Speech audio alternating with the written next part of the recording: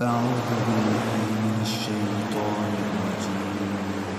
بسم الله الرحمن الرحيم. ألف لام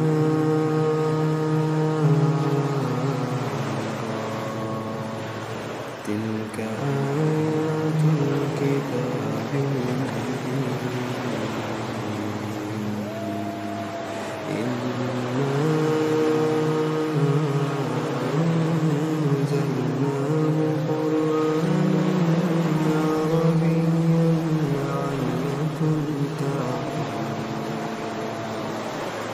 نحن نقص عليك أحسن القصص بما أوحينا إليك هذا القرآن وإن كنت من قبله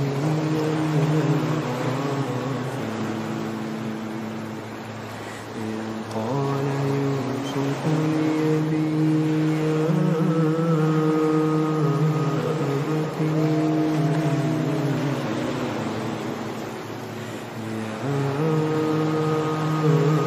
أبت إني رأيت 11 كوكبا والشمس والقمر رأيتهم لي ساجدين. قال يا بني لا تقصص رؤياك على إخوتك فيكيدوا لك كيدا إن الشيطان للإنسان عدو مبين. وكذلك يجتبيك ربك ويعلمك من تأويل الأحاديث ويتم نعمته عليك وعلى آل يعقوب كما أتمها على أبويك من قبل إبراهيم وإسحاق إن ربك عليم حكيم. لقد كان في يوسف وإخوته آيات للسائلين إذ قالوا ليوسف وأخوه أحب إلى أبينا منا ونحن عصبة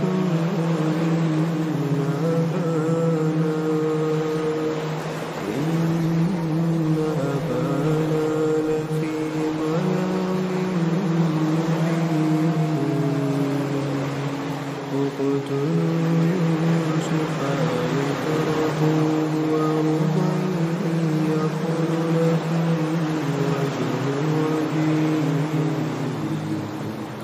وتكونوا من بعده قوما صالحين. قال قائل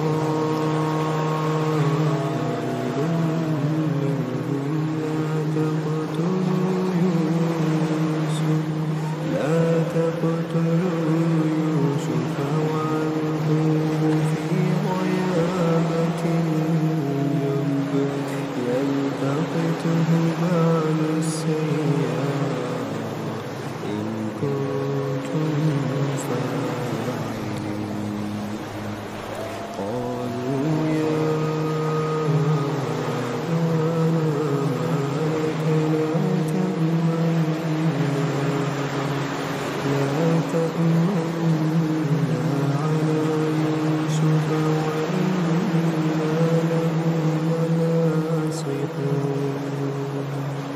أرسله معنا غدا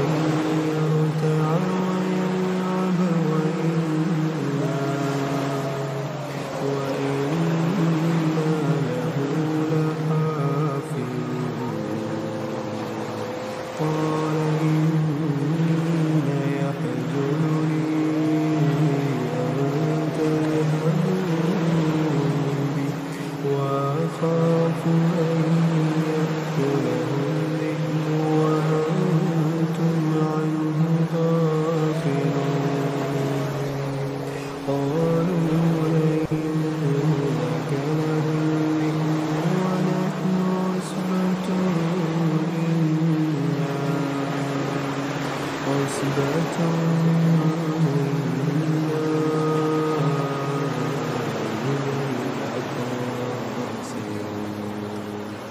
فلما ذهبوا به وأجمعوا أن يجعلوه في غيابة الجب وأوحينا إليه لتنبئنهم بأمرهم هذا وهم لا يشعرون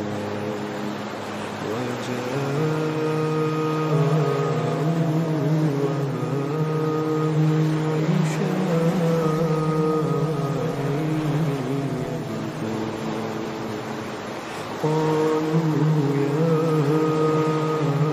أبانا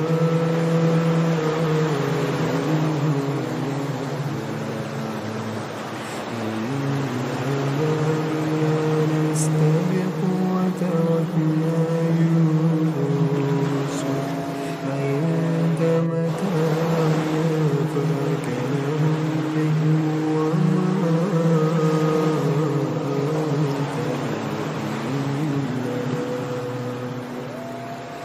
ولو كنا صادقين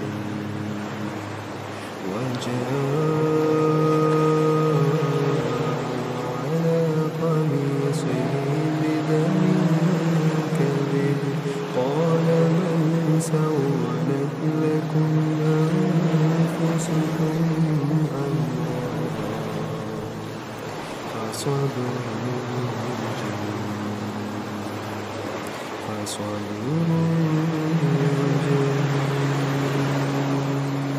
والله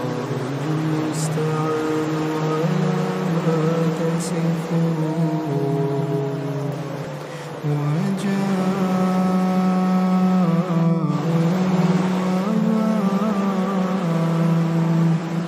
أباهم عشاء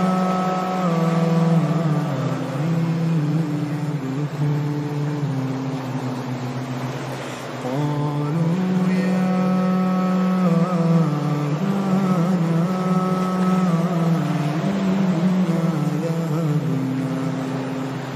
إنا ذهبنا نستبق وتركنا يوسف عند متاعنا فأكله الذئب وما أنت بمؤمن لنا ولو كنا صادقين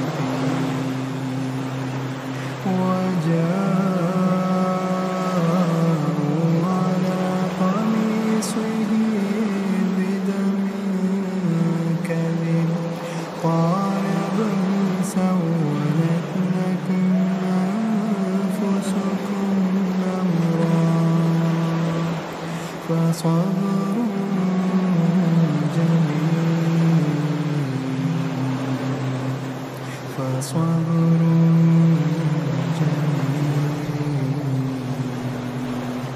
والله المستعان على ما تصفون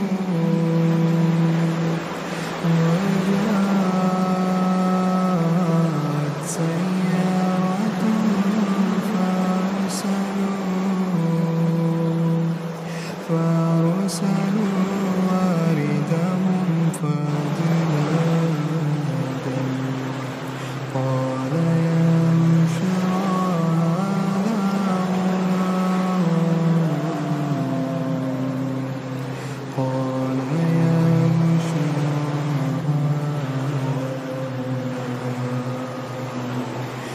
وأسروه بضاعة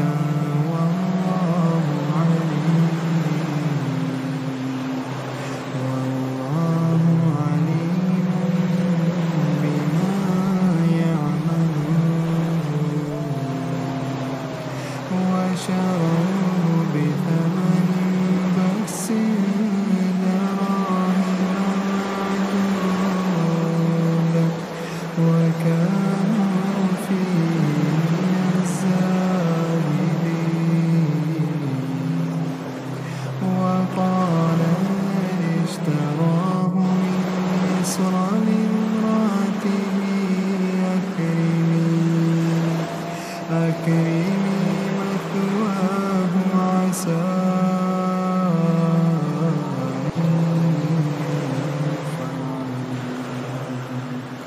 أن ينفعنا أو نتخذه ولدا وكذلك مكنا ليوسف في الأرض ولنعلمه من تأويل الأحاديث والله غالب على أمره ولكن أكثر الناس لا يعلمون ولما بلغ أشده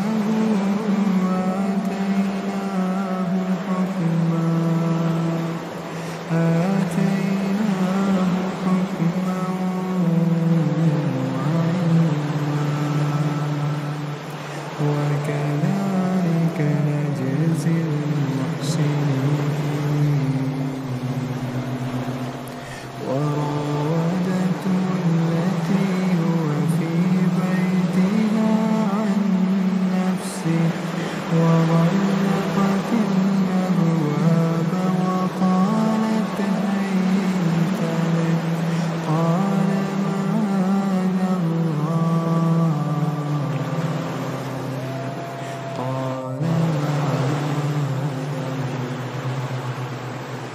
إنه ربي أحسن مثواي إنه لا يفلح الظالمون ولقد همت به وهم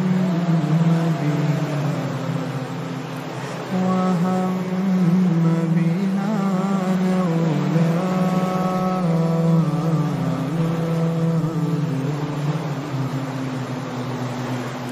كذلك لنصرف عنه السوء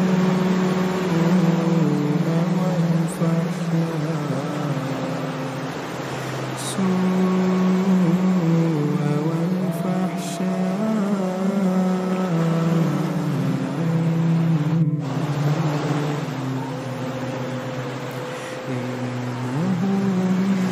عبادنا المخلصين واستبق الباب وقدت قميصه من دبر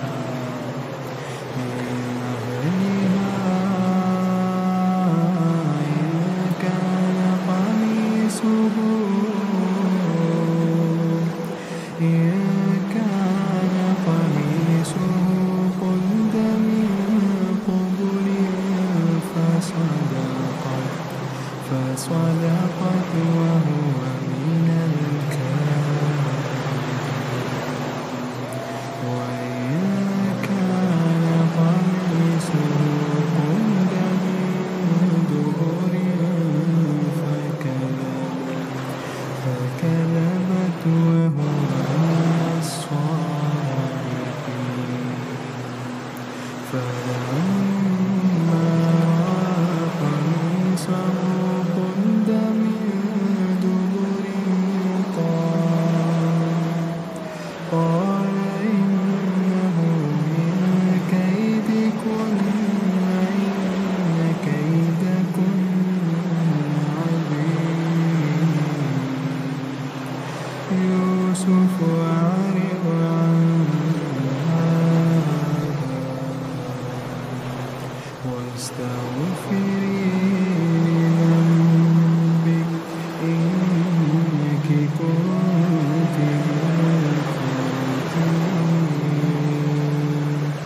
يوسف أعرض عن هذا واستغفري لذنبك إنك كنت من الخاطئين وقال نسوة في المدينة امرأة العزيز تراود فتاها عن نفسه قد شغفها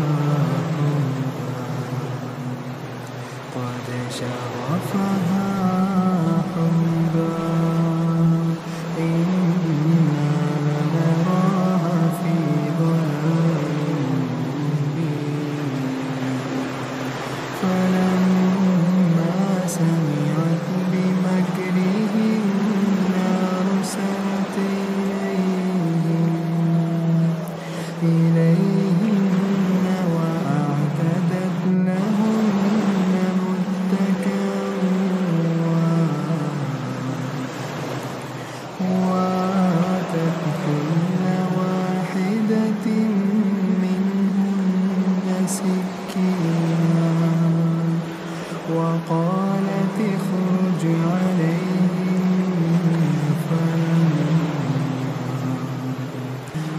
فلما رأينه أكبرنه وقطعن أيديهن وقلن حاش لله ما هذا بشرا إن هذا إلا ملك كريم قالت فذلكن الذي لمتنني فيه ولقد راودته عن نفسه فاستعصم ولئن لم يفعل ما آمره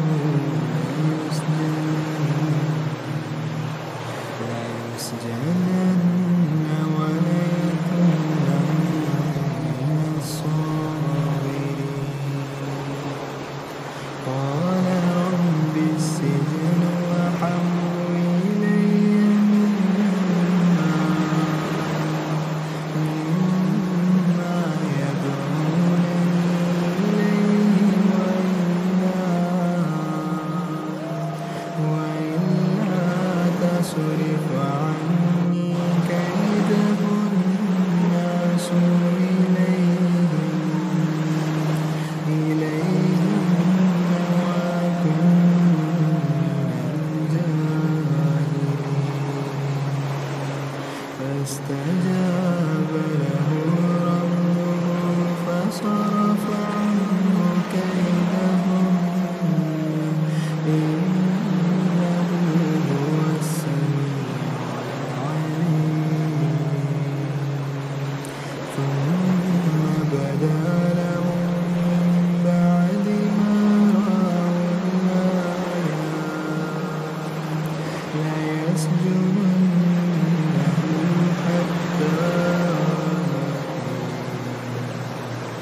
ودخل معه السجن فتيان قال أحدهما إني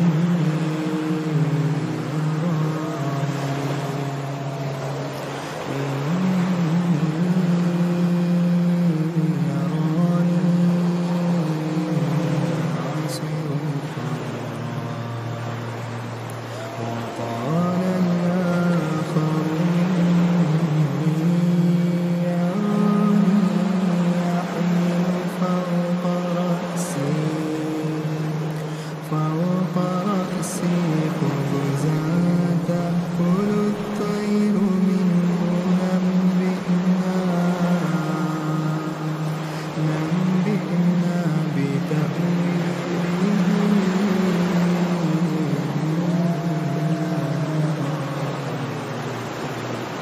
إنا نراك من المحسنين قال لا يأتيكما طعام ترزقانه إلا نبأتكما بتأويله قبل أن يأتيكما ذلكما مما علمني ربي إني تركت ملة قوم لا يؤمنون بالله وهم بالآخرة هم كافرون واتبعت ملة آبائي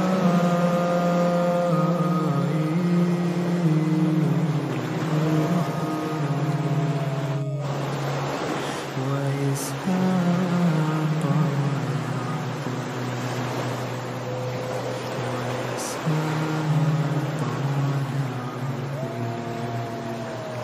ما كان نشرك بالله من شيء ذلك من فضل الله علينا وعلى الناس ولكن أكثر الناس لا يشكرون يا صاحب السجن أرباب متفرقون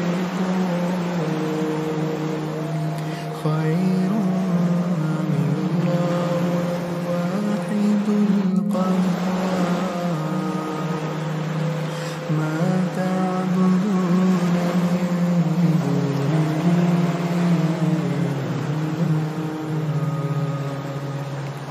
إلا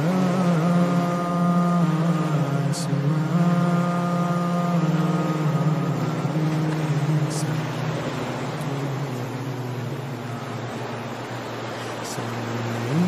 سميتموها أنتم وآباؤكم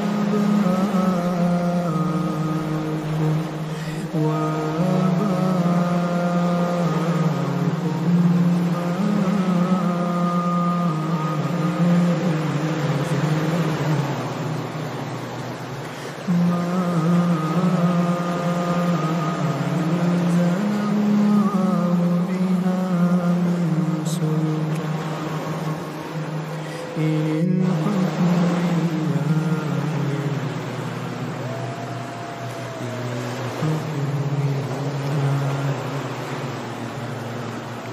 أمر أن لا تعبدوا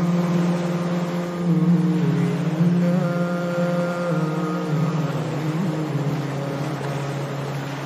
ذلك الدين القيم ولكن أكثر الناس لا يعلمون يا صاحبي السجن أما أحدكما فيسقي ربه وأما الآخر فيصلب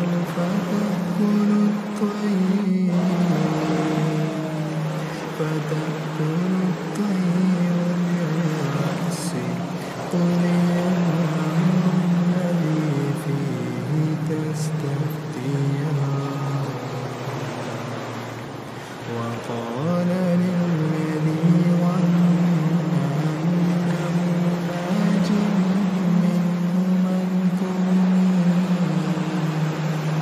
منهما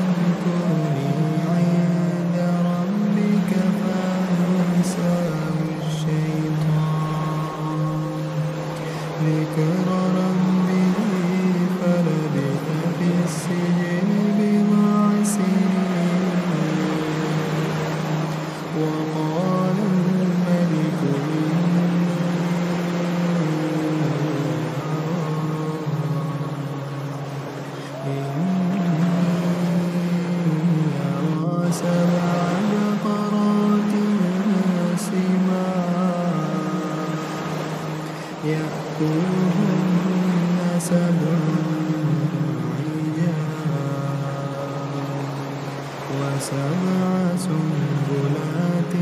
خضر وأخر يابسات يا أيها الملأ وافتوني في رؤياي إن كنتم للرؤيا تعبرون قالوا البعث أحلام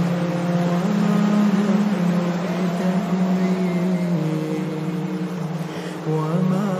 نحن بتأويل الأحلام بعالمين وقال الذي نجا منهما وادكر بعد أمة أنا أنبئكم بتأويله فأرسلون يوسف أيها الصديق أفتنا في 7 بقرات سمان يأكلهن 7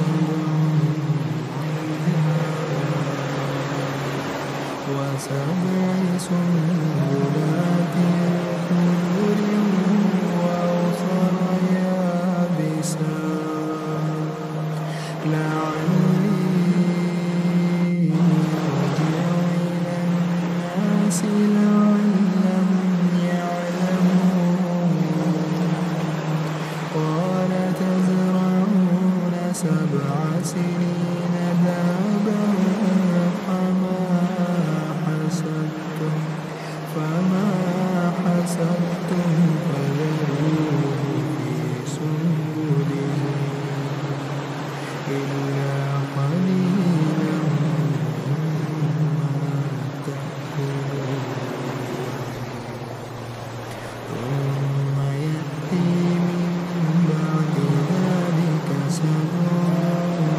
شداد يأكلن ما قدمتم لهن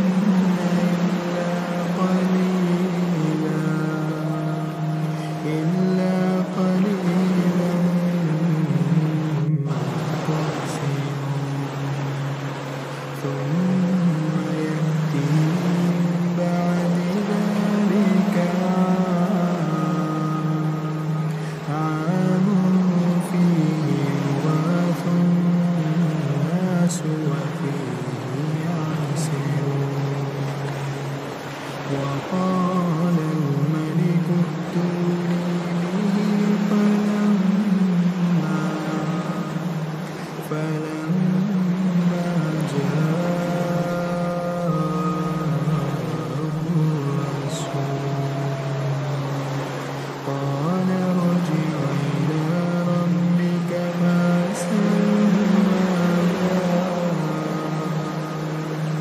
ما بال النسوة اللاتي قطعن أيديهن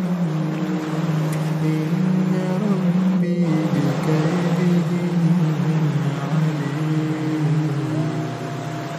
قال ما خطبكن إذ راوتن يوسف عن نفسه قال ما خطبكن إذ راوتن يوسف عن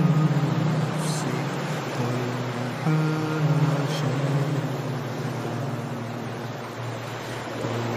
حاشا لله ما علمنا عليه من سوء قالت امرأة العزيز الله حسحس الحق وأنا راودته عن نفسه وإنه لمن الصادقين ذلك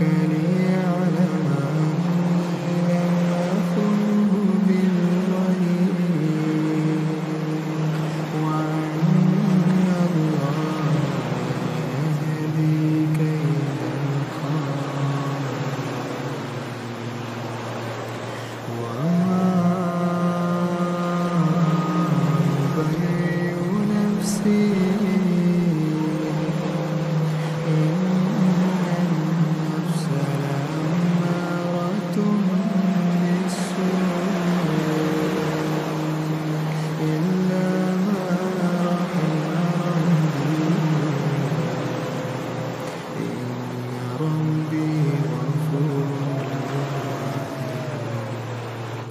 وقال الملك ائتوني به يستخلصه لنفسه فلما كلمه قال إنك اليوم لدينا مكين أمين قال اجعلني على خزائن الأرض إني حفيظ وكذلك مكنا ليوسف في الأرض يتبوأ منها حيث يشاء نصيب برحمتنا من نشاء ولا نضيع أجر المحسنين ولأجر الآخرة خير للذين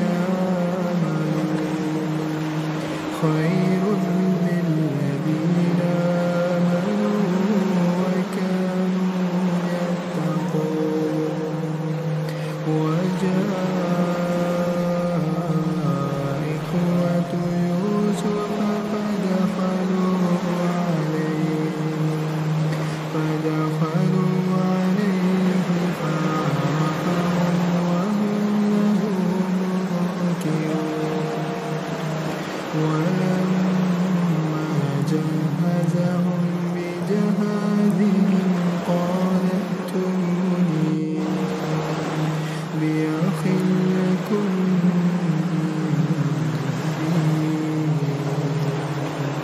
ألا ترون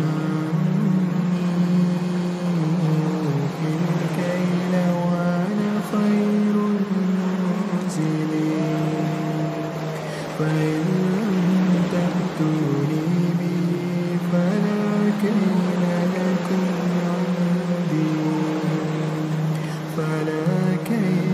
لكم عندي ولا تقربون قالوا سنراود عنه أباه وإنا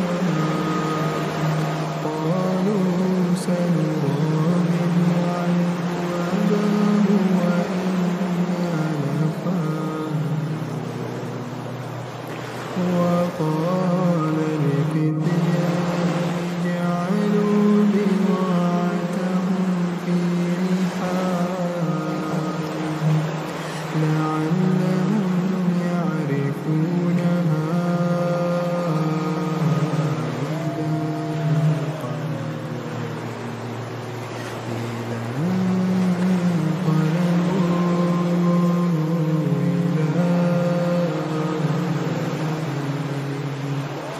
إذا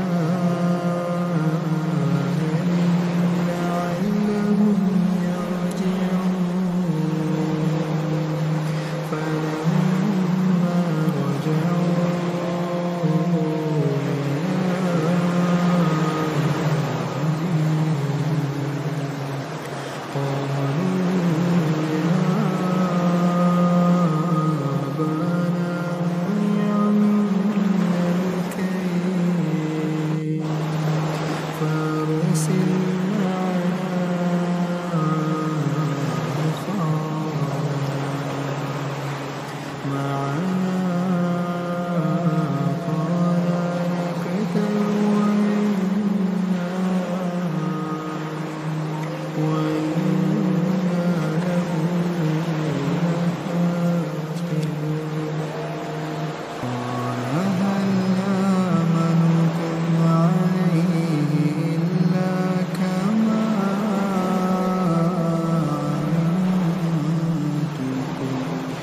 كما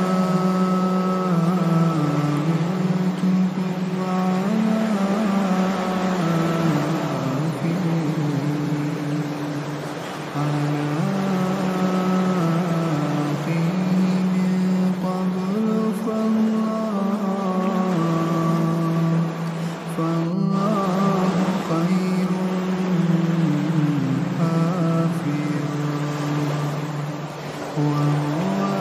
أرحم الراحمين.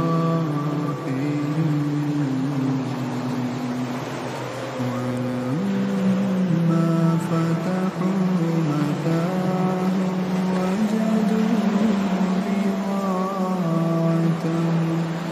بضاعتهم ردت إليهم. قالوا يا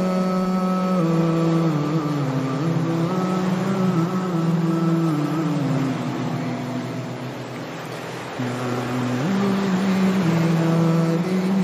بضاعتنا ردت إلينا. قالوا يا أبانا ما نبغي هذه. قالوا يا أبانا ما نبغي هذه بضاعتنا ردت إلينا ونمير أهلنا ونحفظ وطنا ونزداد كيل بعيد. ذلك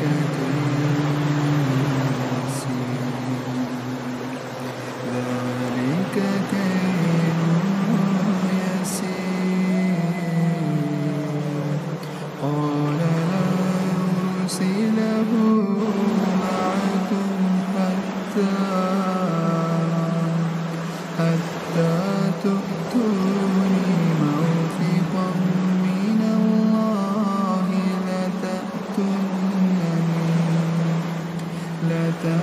لتأتونني به إلا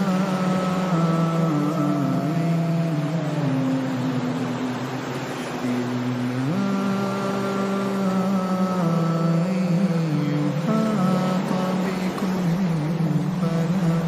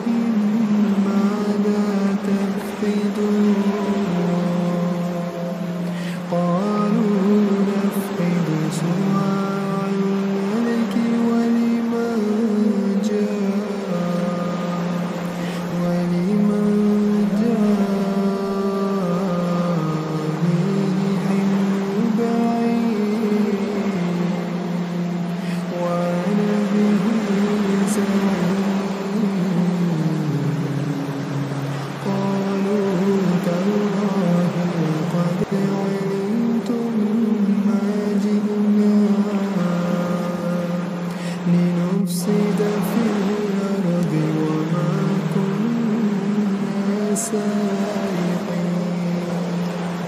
قالوا فما جزاؤه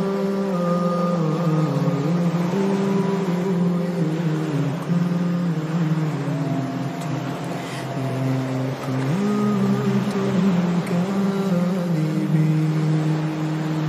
قالوا جزاؤه من وجد في رحله فهو جزاؤه كذلك نجزي الظالمين فبدأ بأوعيتهم قبل وعاء أخيه ثم استخرجها من وعاء أخيه كذلك كدنا ليوسف ما كان ليأخذ أخاه في دين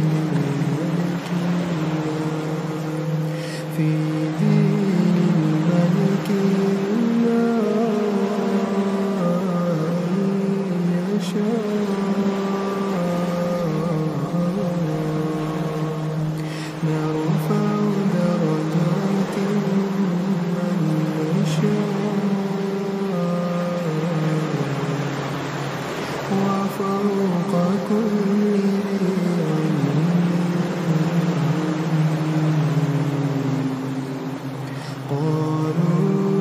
قالوا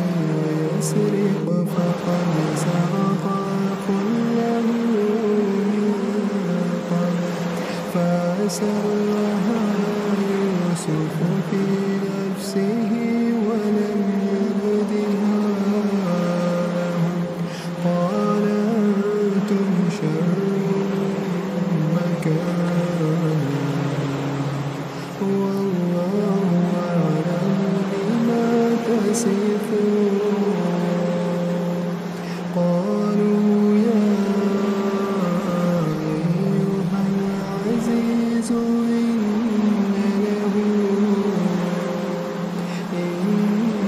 له أبا شيخا كبيرا فخذ أحدنا مكانه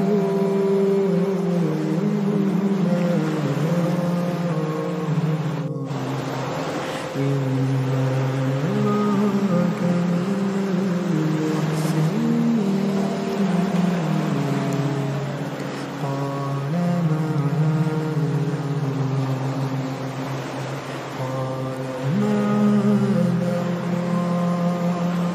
أن نأخذ من وجدنا متاعنا عنده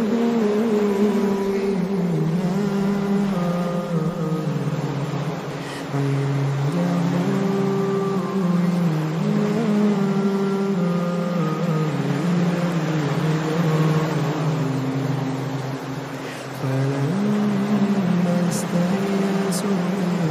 خلصوا نجيا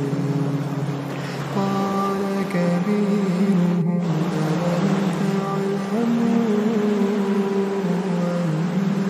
أباكم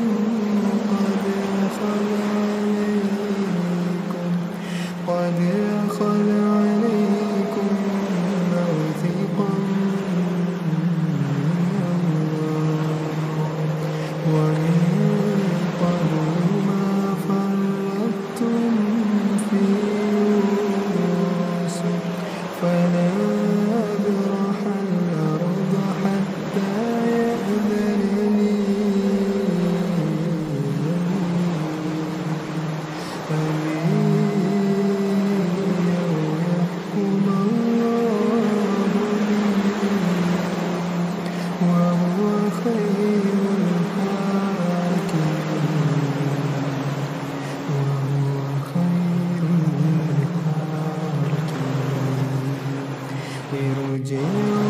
ارجعوا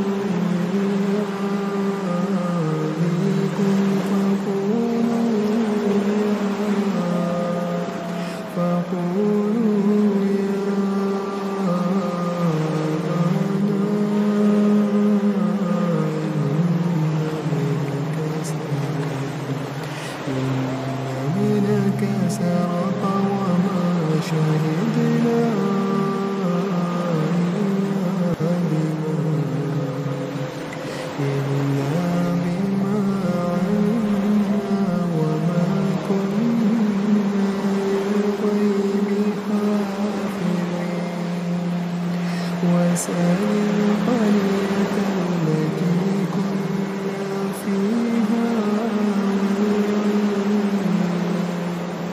والعير التي أقبلن فيها وإنا لصادقون قال بل سولت لكم أنفسكم أمرا فصبر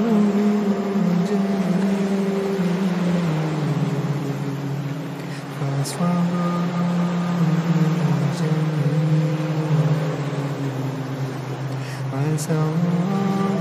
أن يأتيني بهم جميعا إنه هو العليم الحكيم وتولى عنهم وقال يا أسفا على يوسف وابيضت عيناه من الحزن فهو كظيم قالوا تالله تفتأ تذكر يوسف حتى تكون حرضا أو تكون من الجاهلين حتى تكون حرضا أو تكون من الهالكين قال إنما أشكو بثي قال إنما أشكو بثي وحزني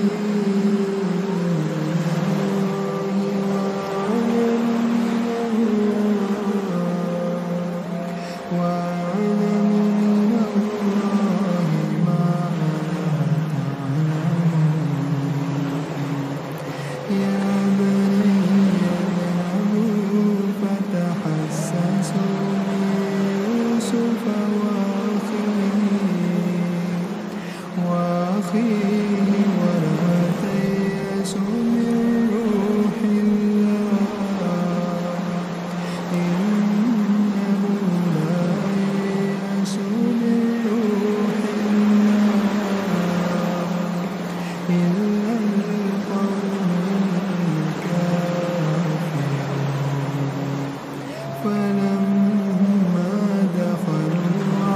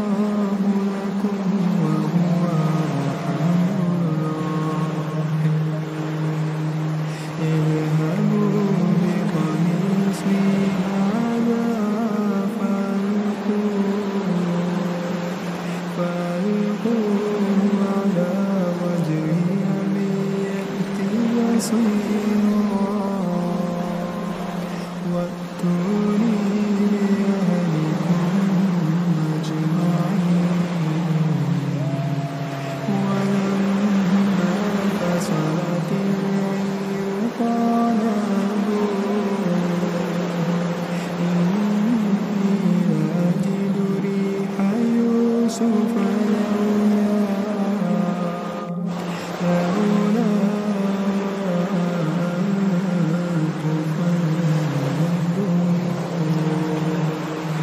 قالوا تالله إنك لفي ضلالك القديم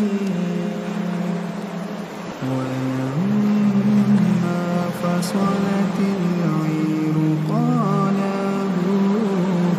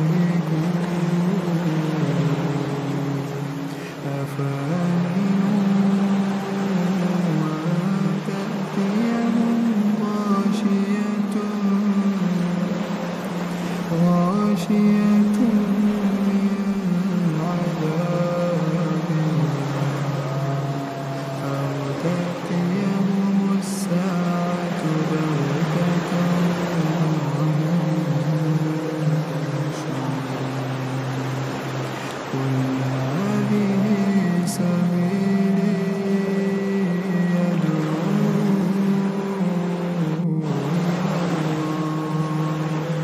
على بصيرة أنا ومن اتبعني وسبحان الله وما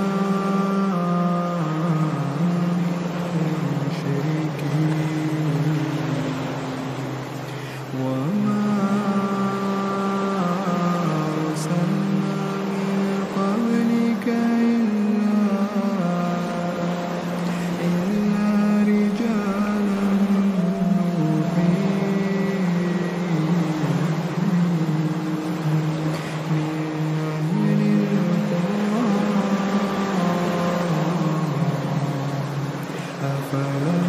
يسيروا في الأرض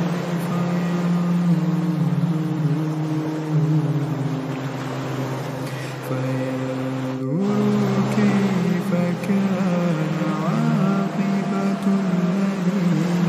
من قبلهم ولدار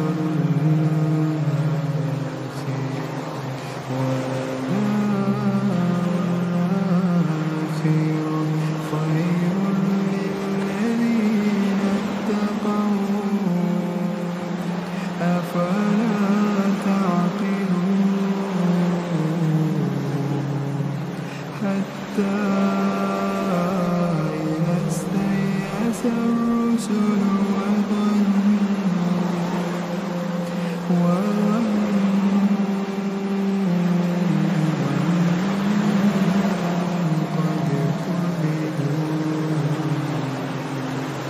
قد كذبوا جاءهم رسولنا فننجي من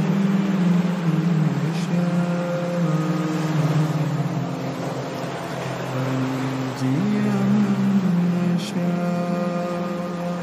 ولا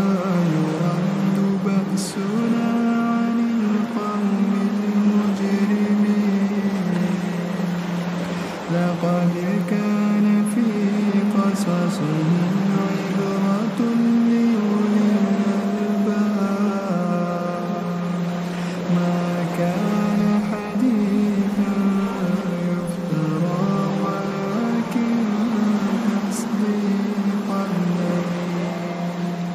تصديق الذي بين